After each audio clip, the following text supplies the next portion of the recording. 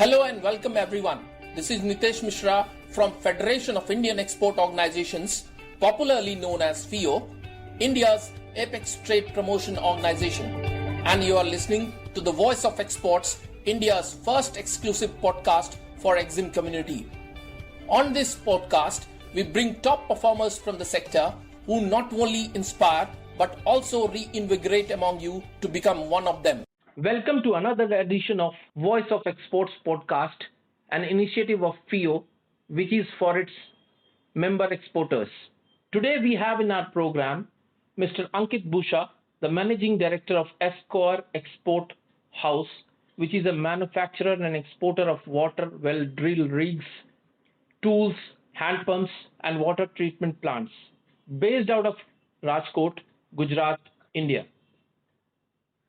Welcome, Mr. Ankit Busha, for this program. Yes. Hello, sir. Good afternoon. Good evening. Okay. Talking about your company, can you introduce your company and the products and services which you export to the global market? Yeah, certainly, sir. We have been since establishment of until in 2019. We have been dealing with water well drilling machines, air compressors, submersible pumps, hand pumps, then water treatment plants. And over the period of, almost since COVID, last 4 years, we have been able to cover almost 16 African nations where we supply our machineries and tools from India. And we are rapidly growing in that market. And we are trying to cover other developing nations as well, because our products move faster in developing countries rather than developed nations. Great. That was a great introduction about your company. And could you please further elaborate on how your company started and what was the motive and aim behind it? You see, basically, if I'll tell you, since 2016, for 3 years, I was in Nairobi in the same segment of water well drilling machines. I was with someone working there in Nairobi, Kenya. Okay. And I had that exposure of working on the field for 3 years being in Kenya. So African terrain and African culture and the way around in Africa, I was aware about them being there. Now, what I got to learn was all the machinery, all the tools, they were all being supplied from India. So what we thought, with the help of one of our seniors, Mr. Ashok Soratia, we decided from 2019 that we start supplying the goods slowly to the Kenyan market only. And we only focused on the spares initially. Okay, and then gradually we moved to the whole machinery and everything. Okay, so since 2019 we established our company and we started supplying the material to Kenya. Then Corona came. After Corona, suddenly by God's grace, we could market more our products and we could gain the more momentum in the market. Since this way we have been able to penetrate more. Okay, that means you are saying that during Corona it was an opportunity for you to diversify into the market of Africa. You can say that way, yeah. Because post Corona we started getting more inquiries. Though we got we gave enough time. If we could have stopped. We would have stopped in Corona crisis. We could have wrapped up also, but we survived that period. And post Corona, we got more momentum. A question related to this, what were the challenges you faced and issues which you faced during the course of exports during your story or the success story of exports of your company? See, first of all, if I'll tell you, the dominance of American US dollar. For countries in Africa, they always have a crisis of having foreign exchange in their own country. So when we want to work with African countries, they cannot transact. They have to use any third country to pay to do the main challenge. Like if we talk of like Sudan or Libya, those are sanctioned countries. Okay. Those countries, yeah, even if those countries, if they are present in countries like UAE, Yeah. then also the Sudanese companies from if they have political instabilities, political mismatch during between those two countries, then Sudanese companies cannot transact being in UAE also. So those are so many challenges which we face, in terms of transactions or in terms of this finance and many other aspects which relates to US dollars. Okay. So this is the main challenge we face mostly. Okay. So again, a question related to it. How were you introduced to FIO services, and what made you seek us out? First of all, we are grateful to have FIO as a parent organization for export promotion councils in India. We got to learn about them. I think it was in newspaper or somewhere. Then we started knowing more about FIO. We got the membership. We attended all the webinars. We attended all the sessions which is held by FIO. We learn everything from there. We try to implement during our course of business. Okay, so they are quite known. FIO is known by the export fraternity countrywide for Okay. any export and import needs, Okay. and they are doing good, and we are thankful for having FIO. Okay. What advice would you like to give companies similar to you or in general looking to export? So basically, if we would like to advise someone, okay, first of all, in this digital world, Okay.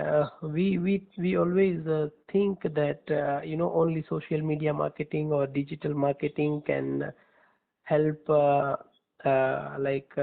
gaining momentum for any company Mm-hmm. initial phases. But once you start gaining some leads through social media, Yeah. we should always try to give it a human touch by traveling to destination countries, by meeting people. It gives a long lasting. We yesterday we had a session from a transformational coach who used to tell us that it is a customer delight which we must work on.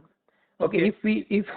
if we go and develop human touch, we develop relations with the clients. Okay. Okay, you make sure your base is not going anywhere. You will Okay. make sure the future, the business will keep on coming to you. So these inputs you must give.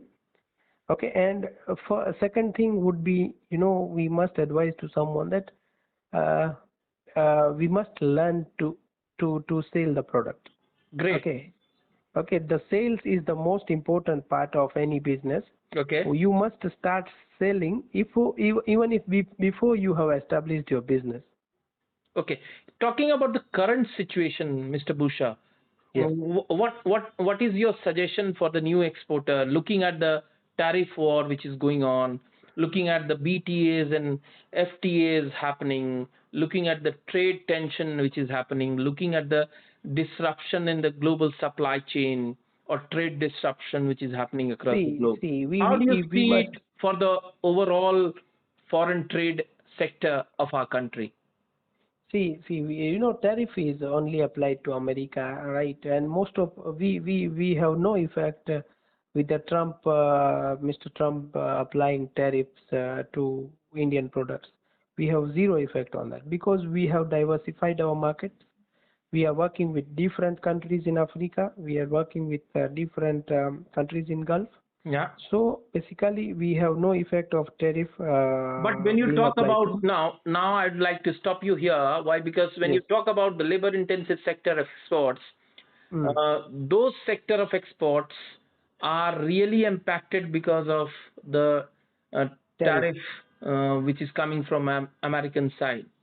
Yes, I think because the way it has come, it is being resisted already throughout the trade fraternity, even in America and India, both the sides. Okay, Why I'm so saying this, Mr. Busa, is because we have learned from few of our exporters only that they are really facing problems with regard to exports to America. If the same thing continues, that is the 50% tariff which is imposed by America on our labor-intensive sector of exports, or the major sector of exports which is exporting to America, that is going to be a great problem. That is why I was telling you this. So do yeah. you think that this tariff has come as an opportunity or as a challenge for all the exporters of our country? See, right now, as if we see, tariffs would seem as a challenge. Okay, but down the line, if we can survive this period, Okay. okay, the market has a tendency to be on the main course, even if it is going in, away, and it is doing in and out right now. It will come on the line. Yes. Okay, because markets, they have fixed tendency. If someone wants to change the course of the way market works, it might get affected for a limited period of time. Then again, it has to come back on the main route, because tariff being applied to the products, it may raise inflation across America itself. So the trade fraternity there, or the people there, they will force the market to be on the main course again. There will be solutions to the problem as we keep on, and to balance this out, as at the moment, those who are working with only America, we can only suggest them that they should diversify to the other markets as well right now.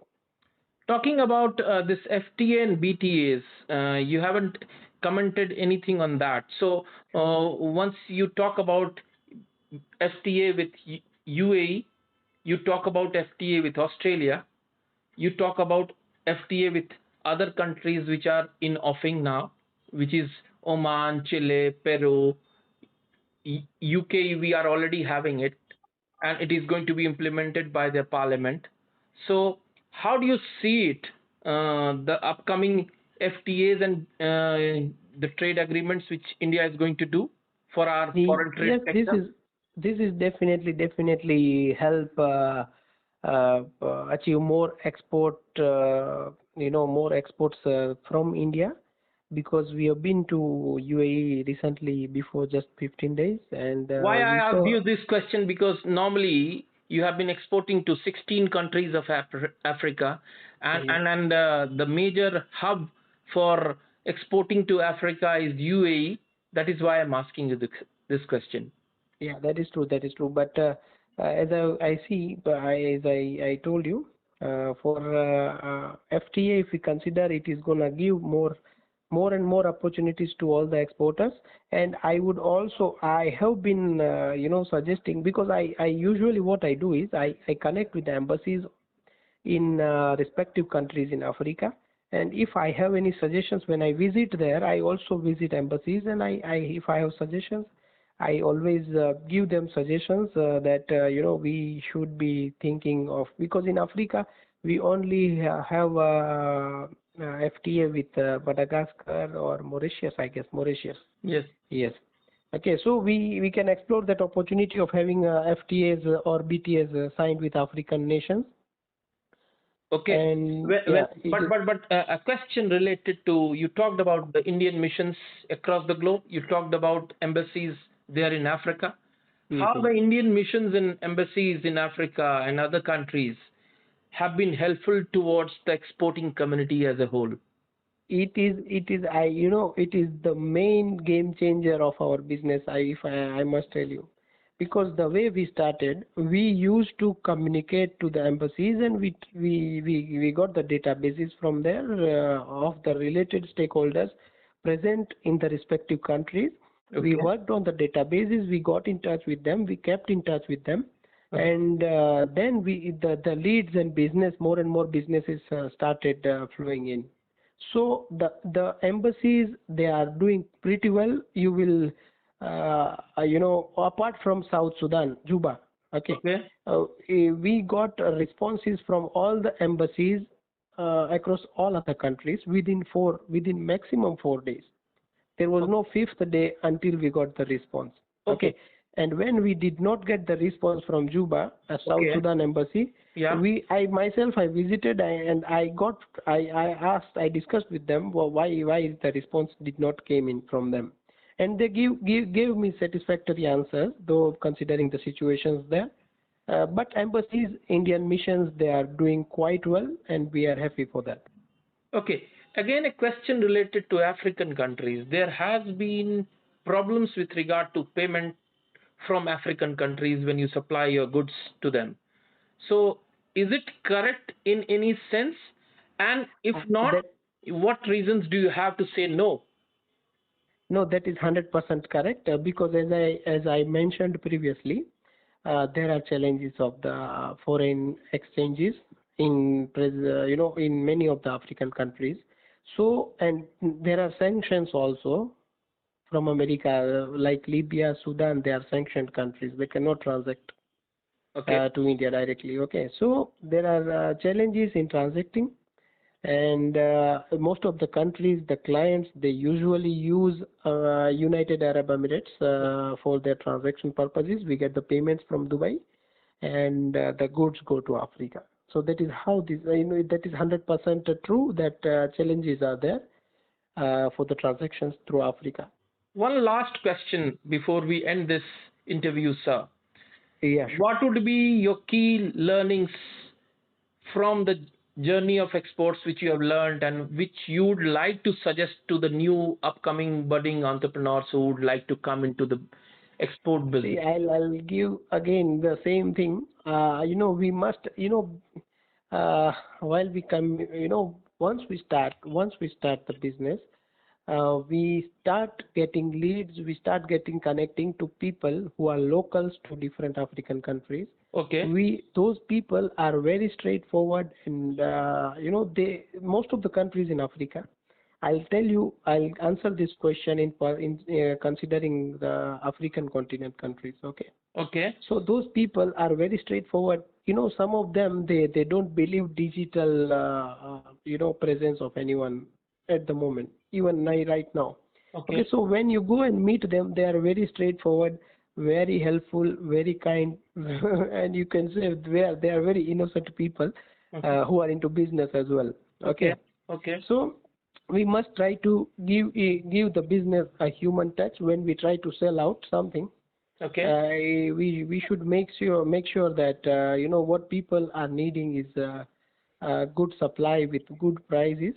Okay. Okay. And that is what I would tell the fraternity. Okay. We must sell and we must give it a human touch. Thank you so much, Mr. Busha, for being so candid and insightful in your approach while answering the questions. Thank you for joining us on Voice of Exports podcast. Thank you so much. It is a pleasure being here.